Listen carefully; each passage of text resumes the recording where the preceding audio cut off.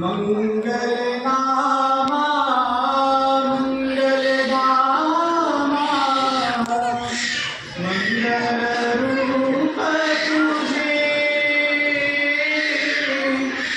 अमंगलाने जीवन भरले प्रभुराया माझी दयाळा प्रभुराया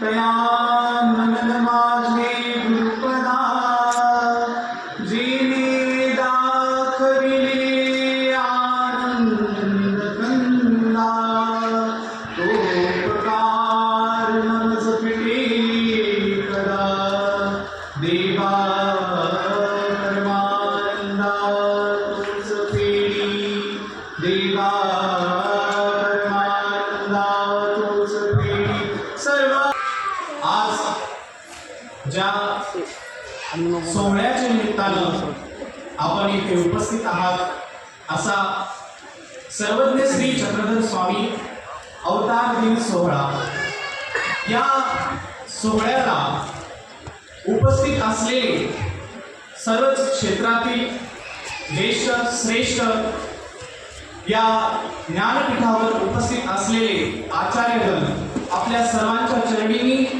दंडवत प्रणाम करतो। तसेच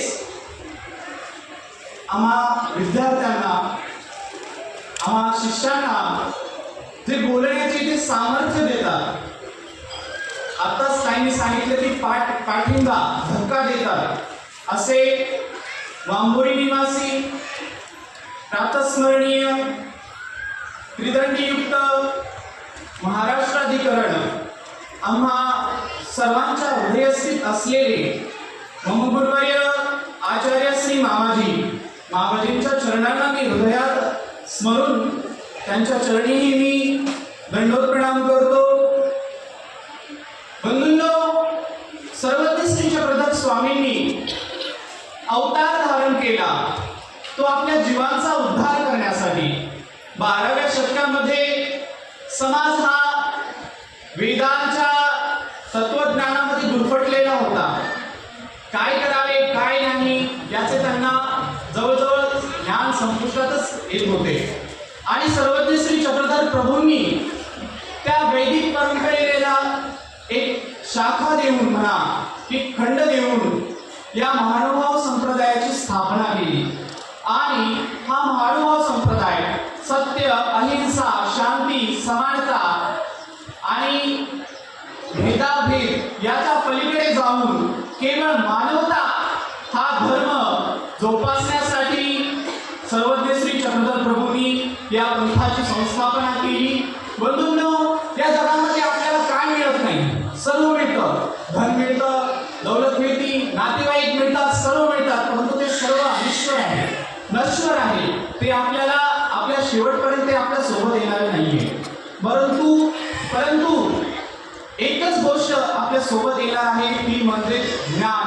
आणि ते ज्ञान सर्वज्ञ श्री चक्रधर प्रभूंनी या समाजाला देऊन एक अमूल्य असा एक अनमोल असा नवीन संप्रदाय, नवीन पंथ, नवीन जीवोद्धाराचं कार्य या आपल्या महाराष्ट्र भूमीमध्ये सुरू केलं होतं 12व्या शतकामध्ये।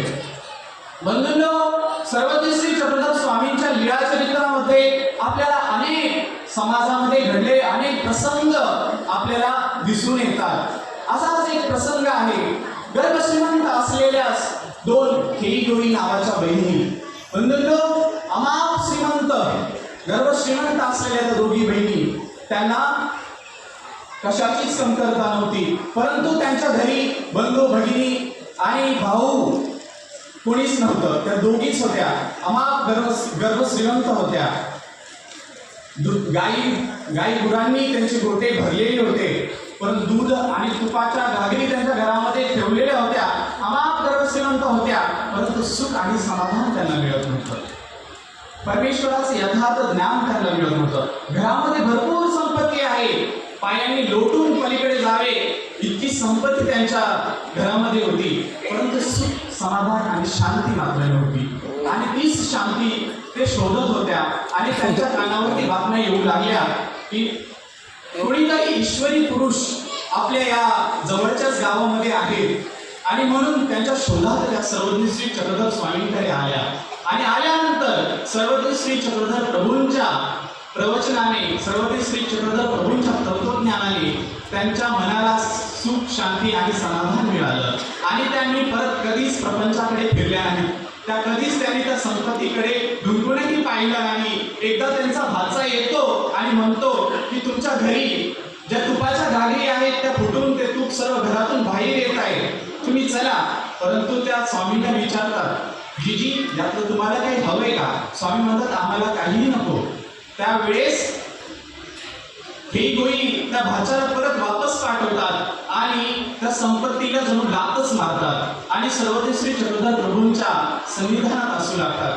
बंधूंनो पहा, अमाप धनसंपत्ती अमाप सुख साधने त्यांच्याकडे होती, परंतु जे सुख जे आनंद जे तत्व त्यांना हवं होतं ते मिळत नव्हतं. ते सर्वज्ञ श्री चक्रधर प्रभूंच्या सन्निधानात आल्यानंतर त्यांना मिळालं आणि मग म्हणूनच सर्वज्ञ श्री चक्रधर प्रभू त्यांची प्रशंसा करतात की त्याग जैसा खेळ गोईचा.